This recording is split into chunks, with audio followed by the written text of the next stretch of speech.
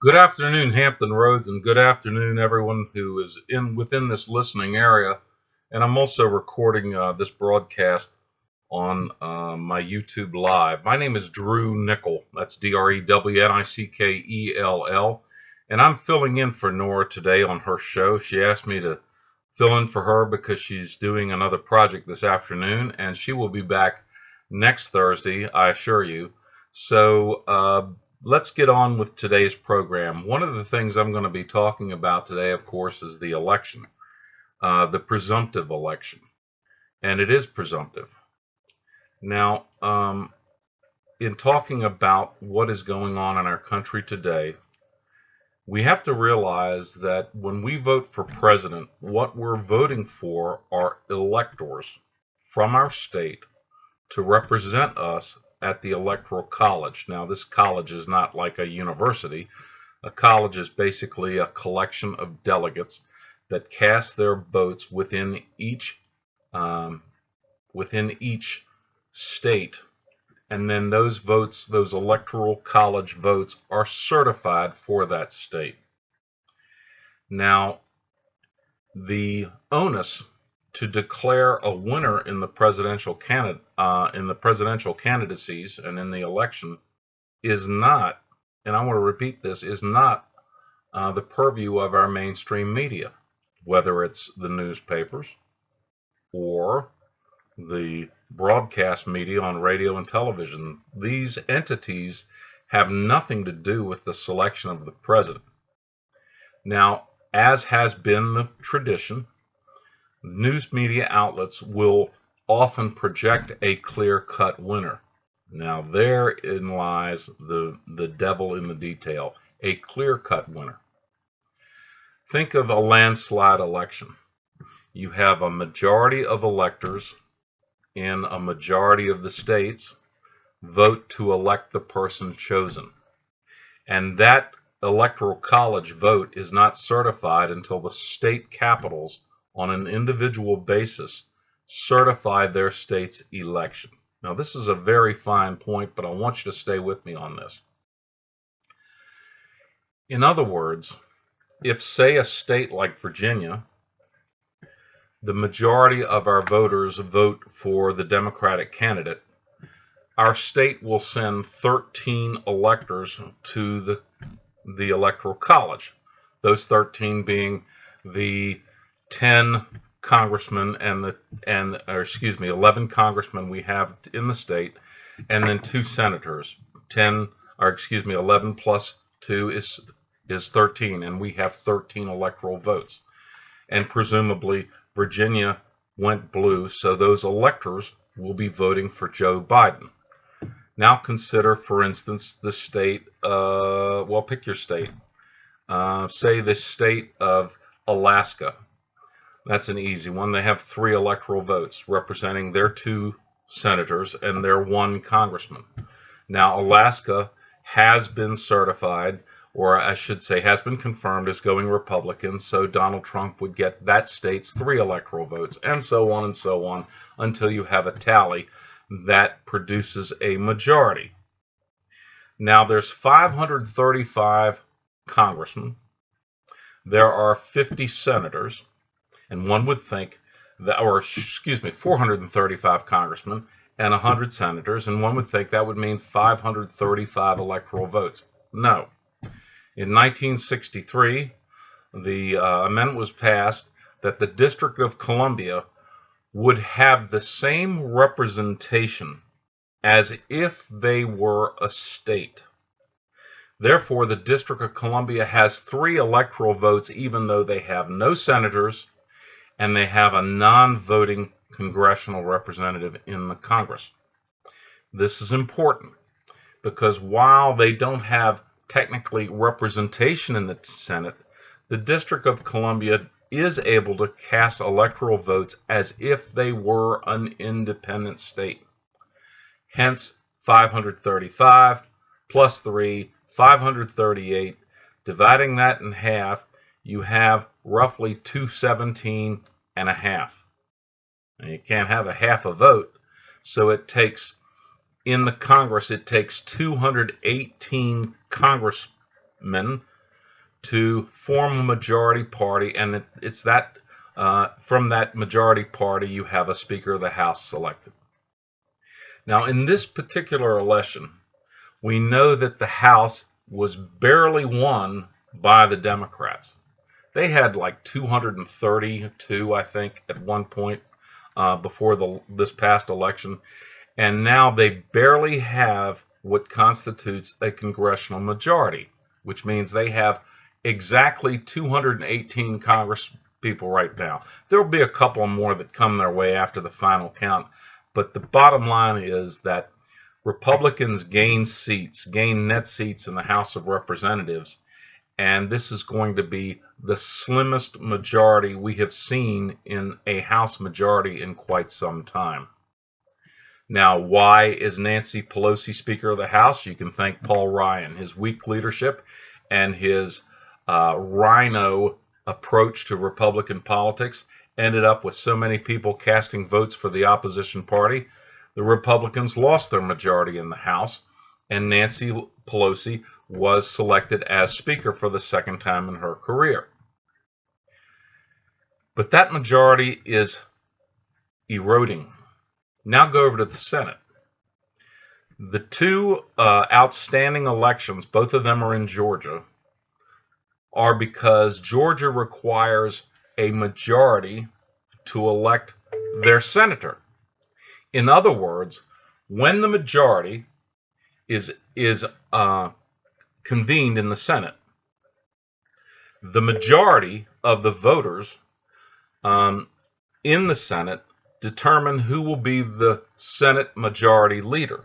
Now, right now, as of today, the Senate has 50 Republicans and 46 Democrats. Also, they have 2 independents.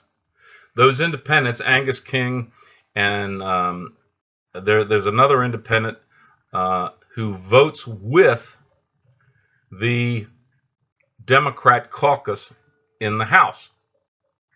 So 46 plus 2, you have 48 who would vote for a Democrat to be the majority leader. And right now you have 50, barely majority, to vote for the Republican who would be Mitch McConnell. Now, when I talk about that, it's because, as we know, when there's a tie in the Senate, the Vice President shall cast the tying vote. So in order for the Republicans to assure their hold of the Senate, either one of the Georgia elections, the runoff elections coming up in Georgia, if they win either one, they will have a majority in the Senate.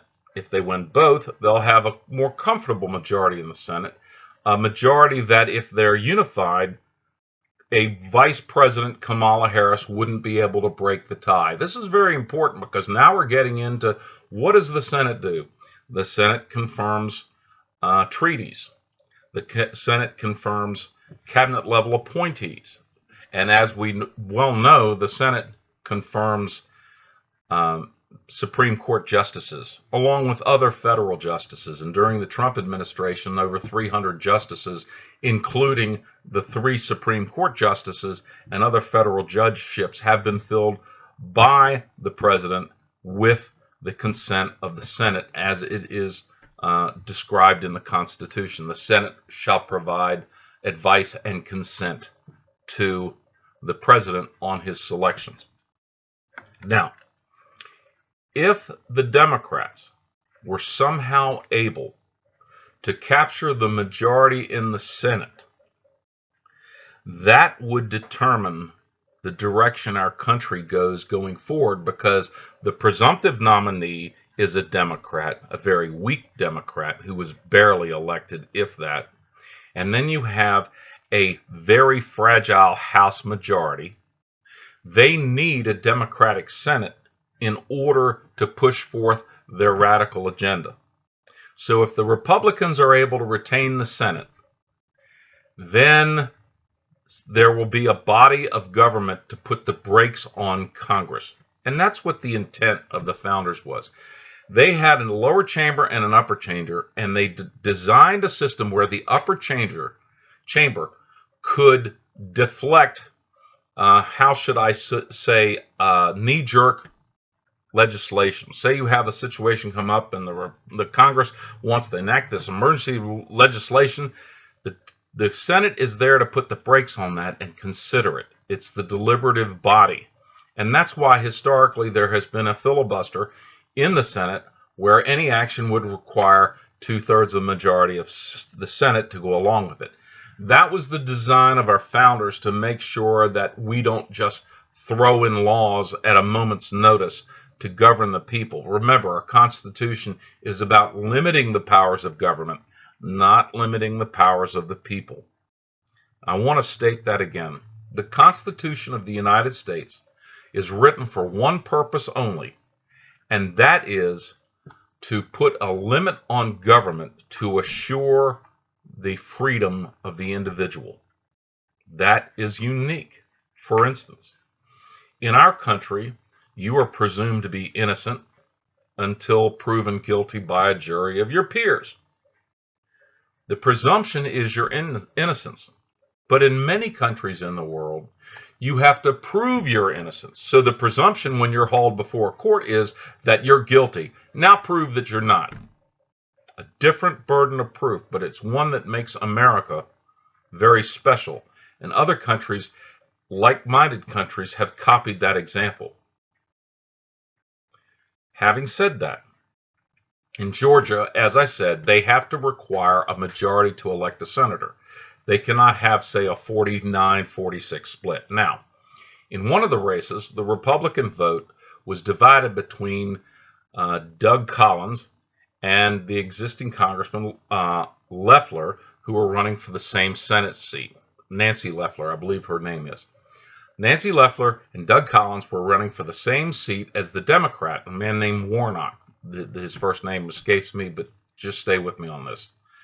With a two-way Republican split and a Democrat running unopposed from his party, none of the three candidates were able to attain a majority in the Georgia vote. Therefore, it requires a runoff between the top two, which was Loeffler and Warnock.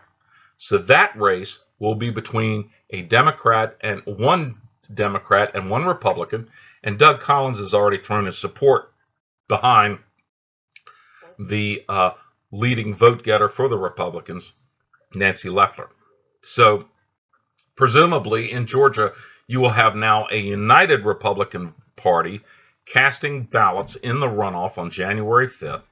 And then you will have another runoff because the other election wasn't settled with a 50% margin either. So Georgia is going to be in a position to select not only these two remaining senators, which will either give the Democrats an effective majority or retain that majority with the Republicans. Now, given the dynamics of that vote, it would seem almost assured that a red state like Georgia would vote for their two Republican senators. However, and this is where we get into what's going on today, there is no reason in the world why Donald Trump would have lost the presidential election in a fair election where only legal ballots were counted.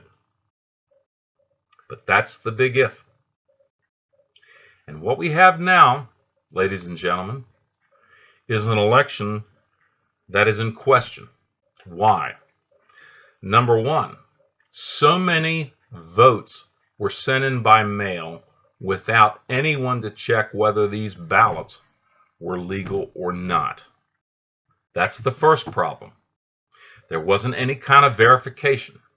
Mass mailouts went out to scores of registered voters without their request, and that created a problem. Now you have paper ballots that are executable, but no one's verifying that the ballots being sent back through the U.S. mail, no one can verify whether these ballots are sent in by the voter or someone voting in the voter's name.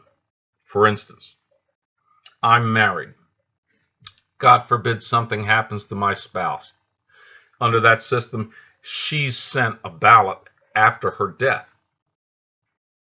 Now we have a problem because there's nothing to keep me as her husband from sending in my own ballot as well as my wife's ballot. Now, it just so happens in my marriage, we would probably vote the same under that circumstance. The thing is, my wife is alive and well, thank God. But now you've just seen a very small case where voter fraud can occur.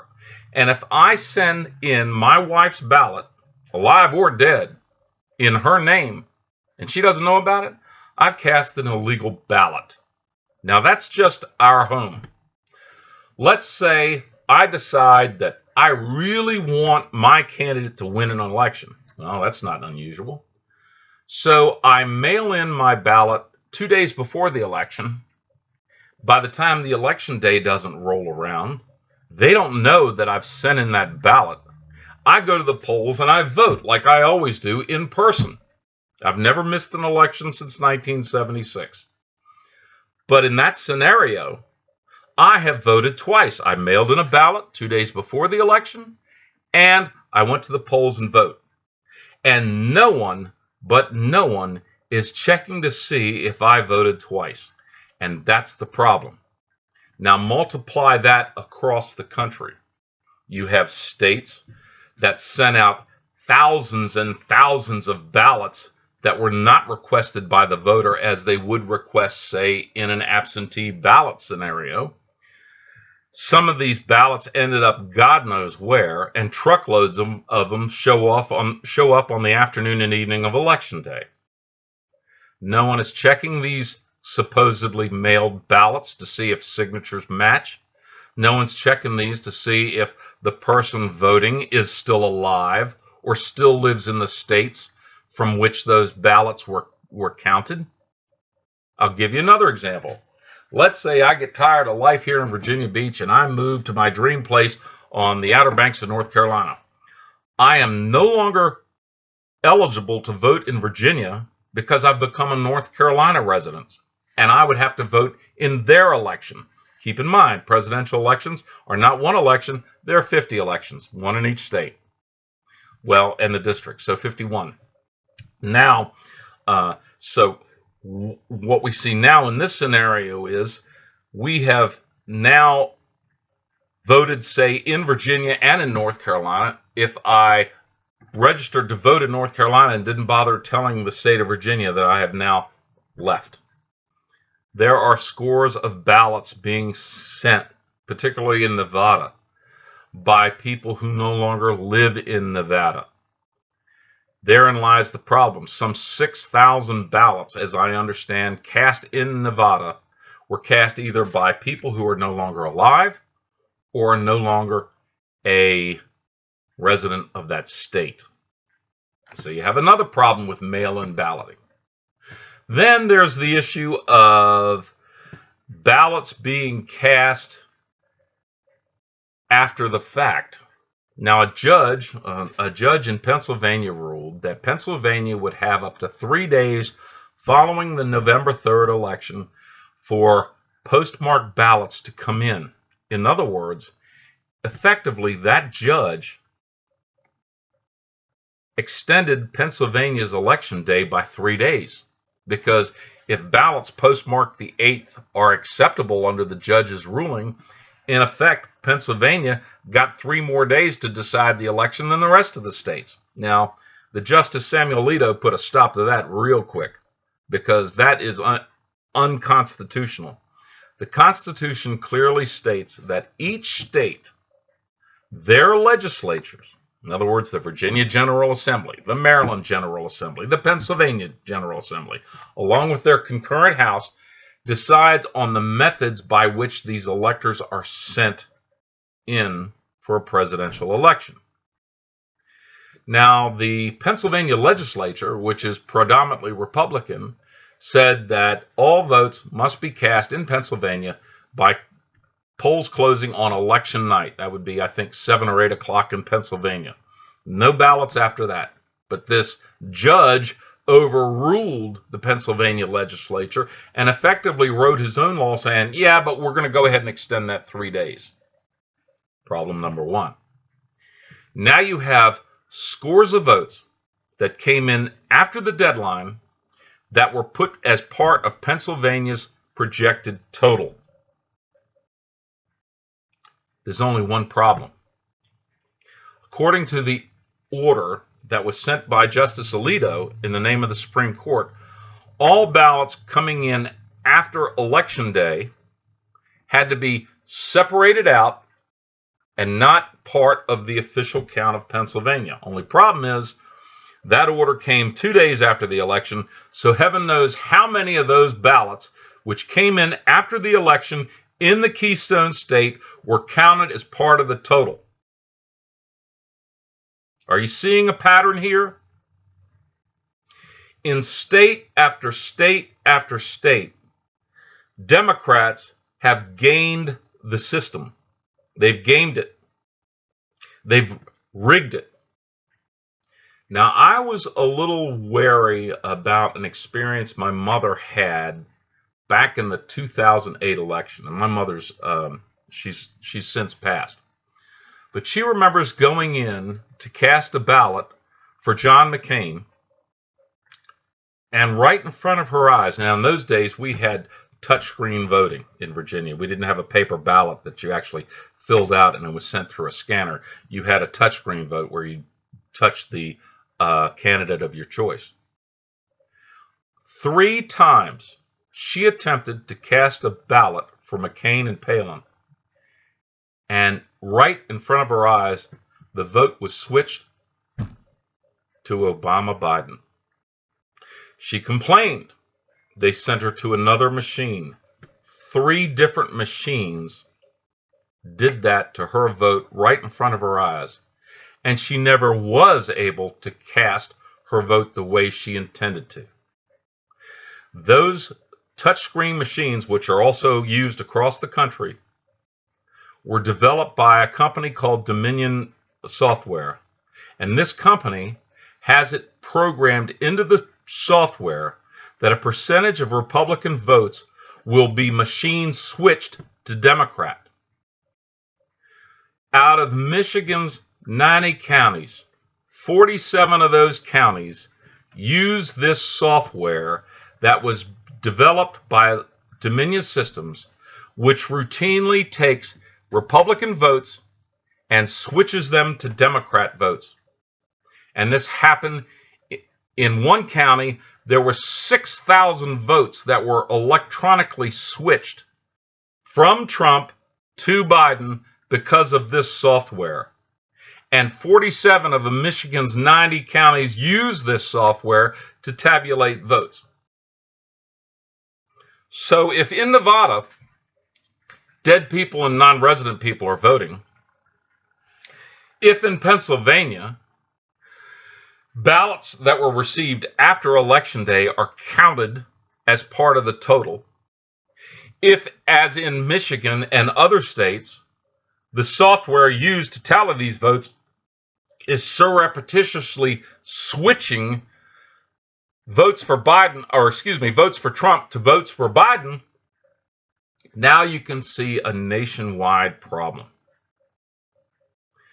Because the success of our republic depends entirely upon our faith in that our elections, which we hold every 4 years for president, every 2 years for Congress, that the votes will be legitimately cast, legitimately counted, so that the people we send to hold public office are there legitimately. As I said, had this been a fair election where only legal votes count, there is no way on God's green earth that Donald Trump would have lost the election. Why? Well, for one thing, he's gotten 6 more million votes than he got last time around. His vote carried a higher percentage of African Americans, Hispanic Americans, that has ever been accorded to a Republican president in the last 40 years. So if Donald Trump has increased his percentage among Hispanic Americans, Black Americans, Asian Americans, etc., how in the world could he possibly lose a legitimate election? it would have to depend on scores of white voters voting against him that voted for him last time. And again, that is not the case. There's no way to actually ascertain this, but the bottom line is this. Most all of the people who voted for Trump in 2016 voted for him again in 2020, plus a whole lot more people who over 4 years have realized what this president is actually accomplishing as opposed to what they've been told he's doing. Be that as it may, half of this country votes because they're told to vote a certain way and they have no idea the issues. I know in case after case after case. You talk to a Biden voter and they'll tell you they were voting against Trump, but they can't really say why other than his personality or his tweets. Well, folks, let's face it. We don't vote for a president based on his personality or his ability to tweet. We vote for a president on his ability to get the job done. And in all circumstances, no one can deny that Donald Trump has gotten the job done. They may not like what he does, or they may not like what he has done, but he certainly hasn't shied away of doing it. We know he's doing the job that he was sent to do. Therefore, how can it be that such a man who has been so successful in the pursuit of his first term lose this election unless something was up? And something is up. Ever since Donald Trump was elected, the Democrat National Committee sent dispatches of lawyers to all 50 states to try to engineer a victory for Joe Biden. Here's how they did it. They went into various state legislatures and they changed the election laws to allow earlier voting and later counting. Therein lies the problem. When you have early voting, and in some states you can start voting in September, beginning of September for a November presidential election. When you have early voting, people cast their ballots and then down the road may regret the choices they've made on those ballots because something has happened to change their mind. Only problem is, in most of the states, once you've cast that mail-in ballot, you're not allowed to change your vote. So there's no Monday morning misgivings about who you voted for. Problem number one with mail-in voting, especially mail-in voting that's allowed to take place so long in advance, and that includes early voting in person. Back in the day when people had to show up at the polls on election day, voting fraud by mail didn't occur. In order to get an absentee ballot, you had to go to your precinct, hold your hand up, and swear you're not going to be in town the day the vote is taken because of business reasons or whatever. Then you're given an absentee ballot, which you have to sign and have witnessed by a notary. That is a legitimate absentee ballot, but that's not what's happening with mail-in voting. Thousands and thousands and thousands of ballots went out. Here's the interesting thing. It wasn't only in Virginia, but it happened in several counties across the United States. When this mass mailing occurred, there's something wrong with the ballot. Presidential electors for president, Democrat Joe Biden, and it skipped Donald Trump and went right to the next election, which was the Senate. In other words, ballots were mailed out en masse, unrequested, and had you used those ballots, you would not have been able to select Donald Trump because he wasn't on the ballot. There was only one choice. Now, Virginia and other states said, oh, well, we made a mistake. We'll send out more ballots. But no one is saying that those falsely printed ballots that did not have Donald Trump's name on it, those ballots were still sent in and counted. This is the difference between elections and electioneering. An election is held so we can select our chief executive, our congressmen, our senators, our mayors, our governors, our House of Delegates, our state and local government. We have elections to select these people. We live in a constitutional republic. However, electioneering is where you engineer the election to arrive upon a predetermined outcome. Remember, the Secretary of State of Pennsylvania, the Secretary of State in each state, is the one who certifies the election. He said 3 days before the November 3rd election that once all the votes were counted, Pennsylvania would go Democrat by a large majority. Now, how did he know that? How could he forecast that? Because he knew something was up. And the thing that's up is this. Ladies and gentlemen, I hate like hell to tell you this, but this election nationwide is a scam. And the only way that electioneering is going to be rendered asunder is for us to go back to the days where we had to line up at the polls and vote. Now, this election may be so far corrupted, there may be no mathematical path for Donald Trump to overturn some of these ballots, especially the ones who were counted that shouldn't have been counted, and now the envelopes that came in, they're all destroyed, everything else. So there's no way of knowing on a ballot, was it cast by the person whose name's on it? Was it cast in time for the election? Was it counted properly? Unfortunately, we're living in the age of deception. The power is no longer with the people when they vote. The power is with the people who count the vote. And in too many cities across this country, the people counting the votes have an agenda. And that's the fourth problem with this election. The law requires that vote counting be supervised by representatives of both parties, and that has not occurred in Pennsylvania. At one point, they had the poll watchers, as they are called, 100 feet and outside the building of where the votes were being counted.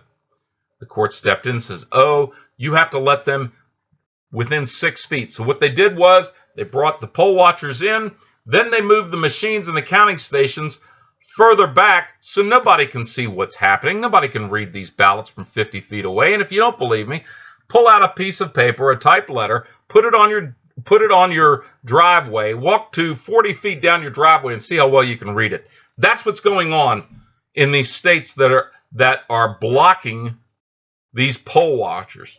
They expect to fulfill the requirements of the law in that vein. Now, why would they try to hide the vote? Why would they try to deceive the count? Why would they try to keep poll watchers from supervising the count? Could it be they're trying to pull one over on their state citizens like they are in Pennsylvania, like they did in Arizona, like they did in Nevada, like they did in Michigan? And this election is a sham. It has been engineered that there was no way Donald Trump could be reelected because they screwed the game. Think of your favorite football team. When I was a kid, my favorite football team was the Baltimore Colts. You can see this in my office. Now, I don't think I would have been a football fan back in the day if for some reason when the games were played, the Colts were allowed 13 or 14 players on the field, and the opposing team was only allowed 10 players on the field. It wouldn't have been much of a game, because let's face it, with 6 receivers and only 3 covering him, Johnny Unitas could not have missed a single pass in his career. And I wouldn't have been a fan because it wouldn't have been a fair game. Well, that's what's happened to our elections. They've taken our election and through a change in election law, they've screwed the game.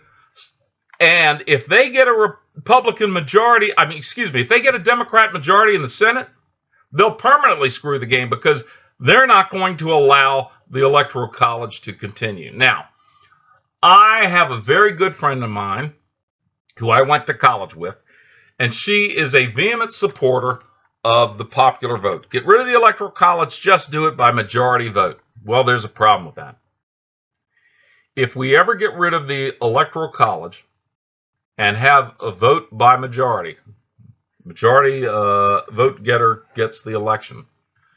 Our elections will basically be run in 6 states: New York, California, Texas, Florida, Illinois, and Michigan.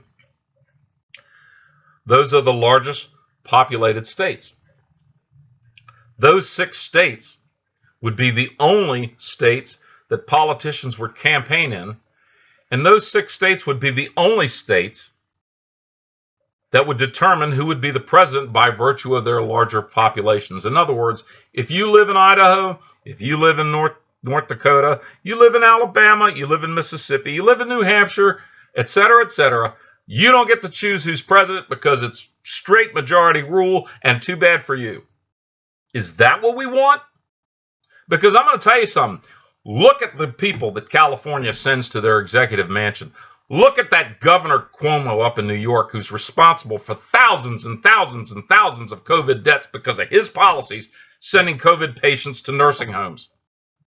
Is that who we want to determine every time who our president is going to be? Voters in those states?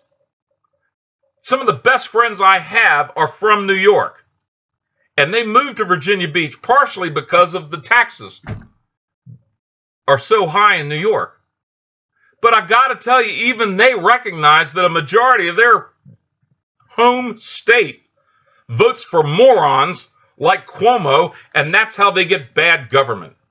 And I'm sorry, I am not willing to allow California and New York voters vote in my stead, and that's what would happen if we got rid of the Electoral College. Now, the Democrats have promised to do just that if and only if they can get a majority in the Senate and retain the majority in the House and win the presidential election. They will get rid of the Electoral College. They will get rid of the filibuster in the Senate, which protects this country from hurried and ill-considered legislation.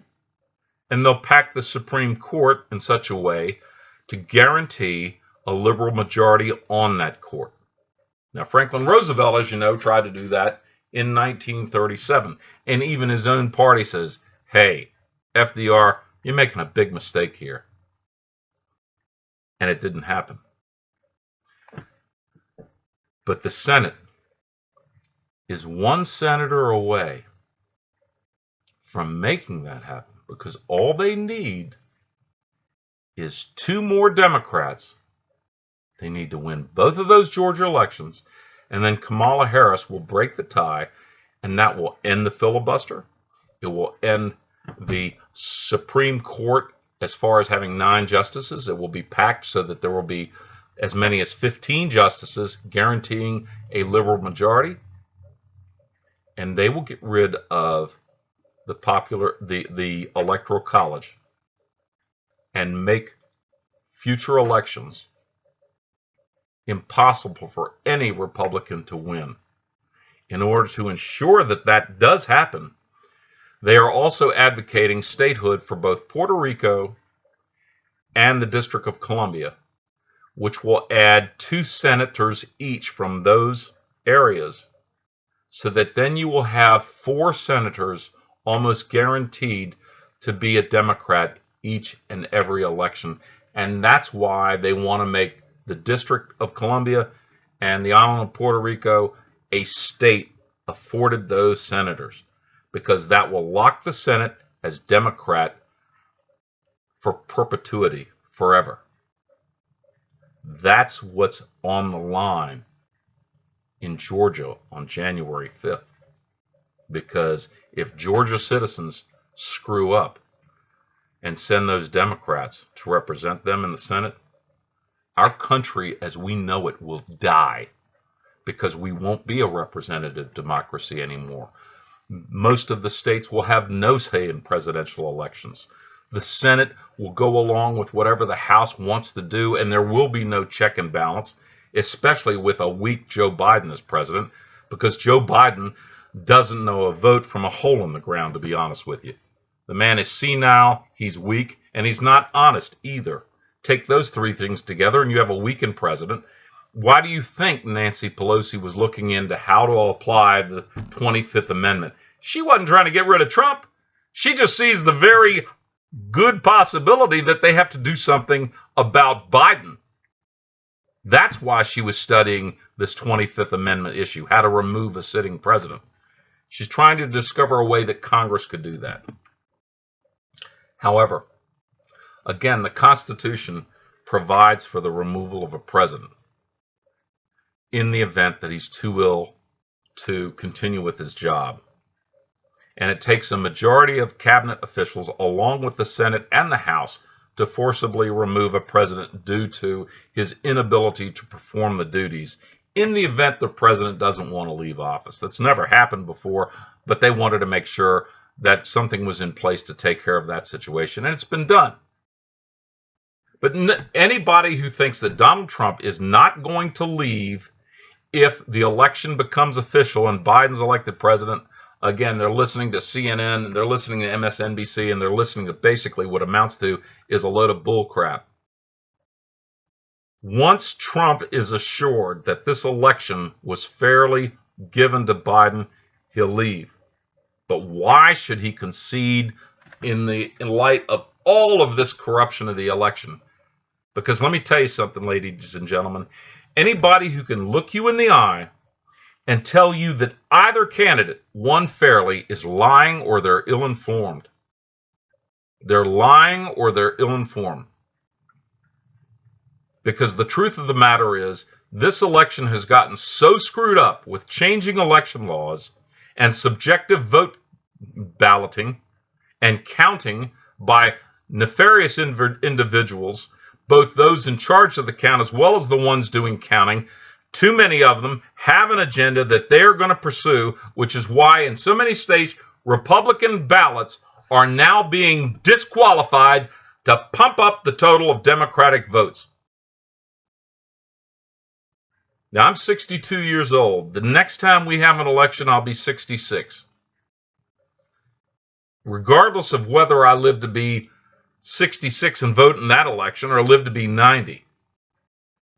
My years are numbered, and I've witnessed more presidential elections than I'll see in the future.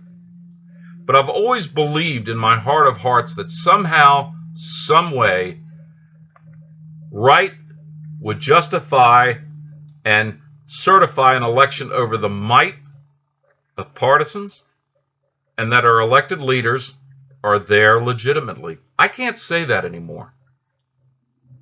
And when I can't believe in my elections, if I can't believe in the elections that my country has, if I can't trust the counting and the counting of those ballots and the canvassing, if I can't believe in those processes and trust it, what we have here is a country not run by the people, but a country that's run by the party.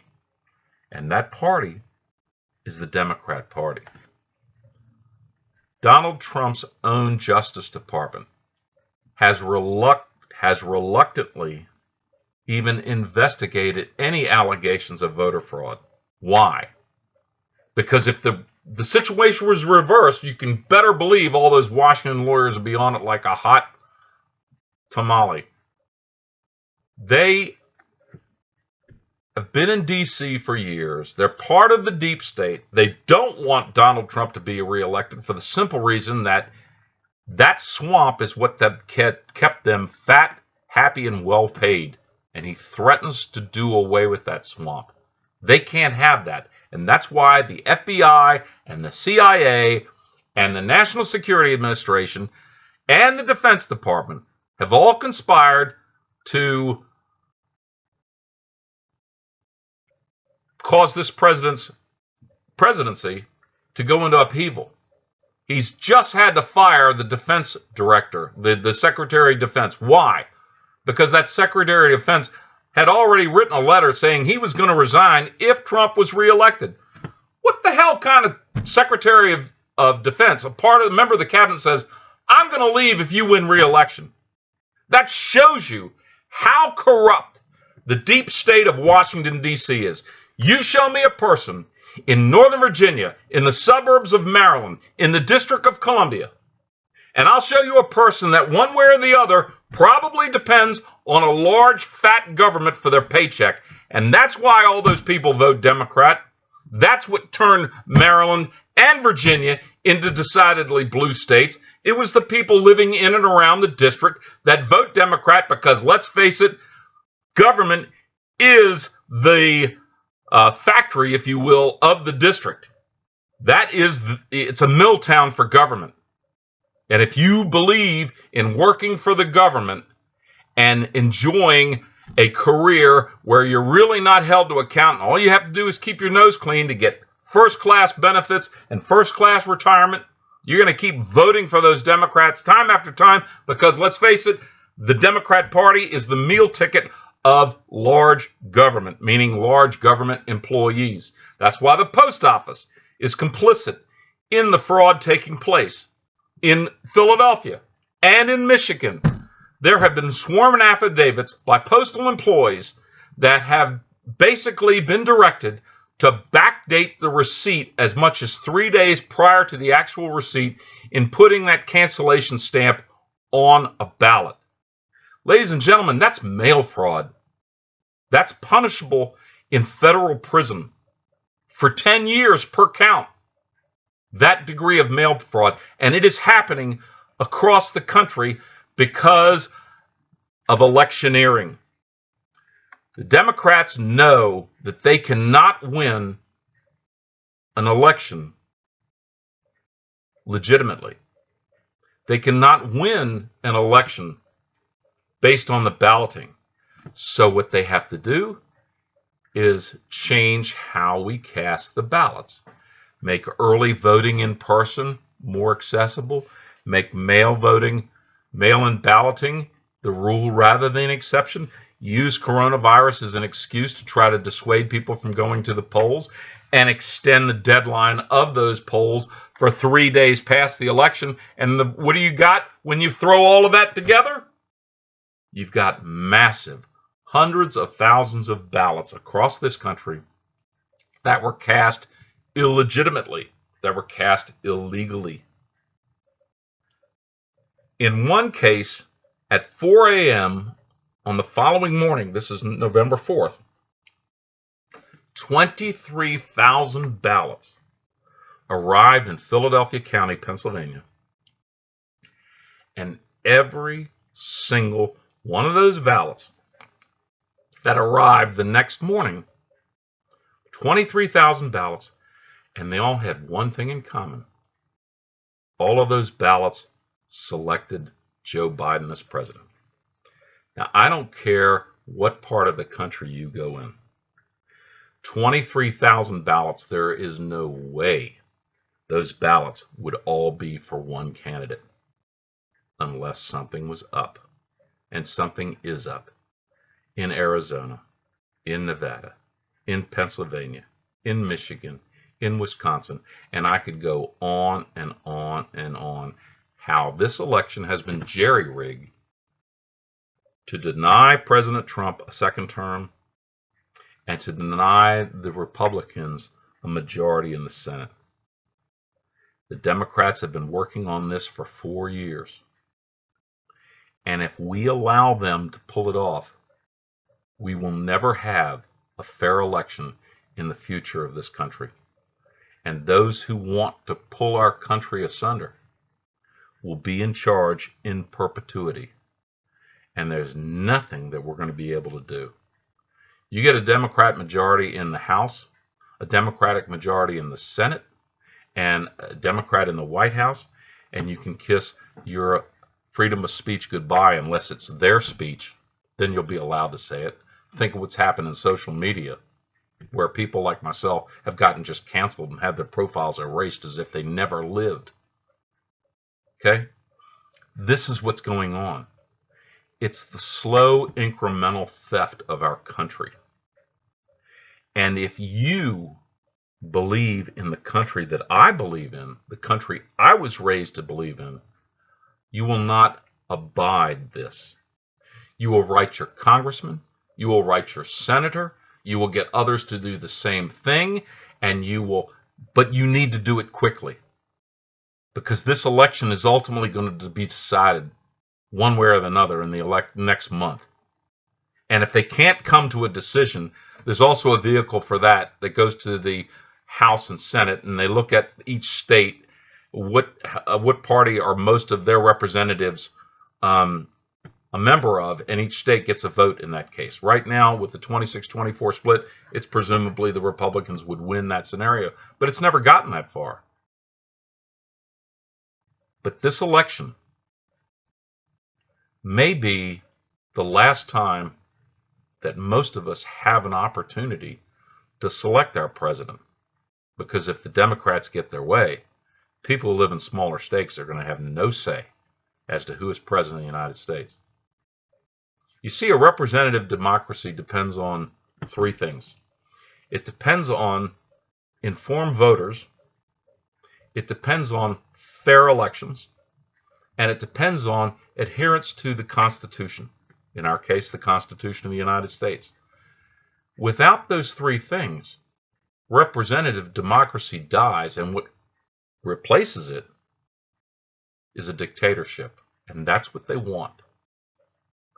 They have every case where they've extended voting in person way before the election, where they've had massive mail-in balloting, where they've had extended deadlines. Every one of those states, that was done by Democrat electioneers. An electioneer is somebody who engineers an election so they can't possibly lose. Has nothing to do with just balloting, has nothing to do with honesty, has nothing to do with democracy. It's all about a seizure of power. Their mindset is, if we can only get power, we'll never let it go. And that's what's behind Nancy Pelosi, Chuck Schumer, Kamala Harris, and the rest of those Democrats. They want the power because they don't like our country. They hate our country. And they want to fix things so that they can permanently change our country from a representative democracy with a capitalist economic system. They want to replace that with a one-party socialist state where you will not have the freedom to speak unless it's what they approve. You will not have the freedom to assembly unless it's what they approve. You will not have the freedom to go to church or to worship God in a way other than what they approve. You will not be able to own a gun. In other words, our Constitution will be lit on fire permanently if the Democrats win the Senate and they retain the House and this idiot is selected as President of the United States. So get off your duffs and resolve that you're going to do everything you can to make sure in your state that ballots are counted fairly and that the process produces a legitimate result. Because if you don't have that, how can Biden or anybody go into the White House assuming a mandate that they don't have? You know, it's been a case, and I think I'm in my 15th election, presidential election, where my guy didn't always win, but I believe that the vote was done by and large fairly. I can't say that anymore. And if I can't believe in the vote, and if I can't believe in the results of an election, then going forward, how can I believe in a country based on something else? And that's the real issue. Whether Biden ultimately ends up president or not, we have to consider the larger picture of what we're doing to our system, what we're doing to our Constitution. Because, ladies and gentlemen, if we cannot believe in the vote, if we cannot believe in the sanctity of our ballots, then anything else is going to fall by the wayside. Because we have to believe that the government we elect is representing us and not someone else. And if the balloting isn't fair, if the canvassing of those ballots is engineered in such a way to attain a predetermined result, then why do we even bother to vote? And why do we pretend that we have a government who serves the people when it won't? That's what's at stake. So all of you Democrats out there that are celebrating the apparent win of Joe Biden, remember this. It isn't over until the votes are certified.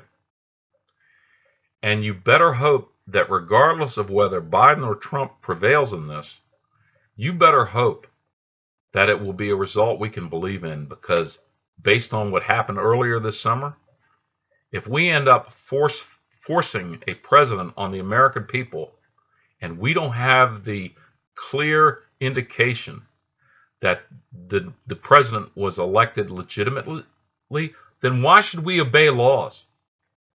You know, in too many Democrat-run states and Democrat-run cities, they've looked the other way as people have looted and destroyed property and assaulted people, even killed people. They've looked the other way. In fact, Biden's campaign was contributing money to get those miscreants out of jail pay for their bonds so they'd be out on the street again doing more mayhem. Is that what we want in this country? We don't want a country that is ruled by mob? Because if that's what we're going to end up with, then by God, the country's gone. And where are we going to move to? You know, I hear a lot, oh, if this person's elected, I'm going to move. Well, where are you going to move to? Canada? Well, I haven't seen too many celebrities follow through on their promise to move to Canada if Trump got elected. But there's nowhere to go. Because let's face it, if you can't find freedom and happiness and self-sufficiency in the United States, you're screwed, because there's nowhere else in the world that's going to give you all of that. And the United States won't either if we don't clean up this election process and make sure that the next time we go to vote for president, the votes are counted fairly. That's going to require return to in-person balloting. Now, as far as this election, it's a pipe dream, but I'd love to see the country say that you have 1 week to vote again across the country. 5 days to show up at the polls. No mail-in, no nothing else. And then we'll count the vote. I guarantee if we did that, Trump would win in a landslide by at least a margin of 10 whole states. But the Democrats don't want that. They don't mind cheating as long as it attains the result they want. Whatever keeps Donald Trump for second term is okay by them, and that's a dangerous proposition. We are approaching the end of our hour, but I would like to tell you a little bit about myself. I've written 2 books that have been published in the last 2 months. There is a nonfiction book, All That Rendered Trump and What Led Up to His Election, which is basically a republication of a book I wrote back in 2016. And I've also published my first novel called The Broom. You can look for these on Amazon. In the meantime, I hope that you all have a wonderful day. This is Drew Nickell on behalf of WKQA Freedom 1110 in Hampton Roads, Virginia. Thank you for listening.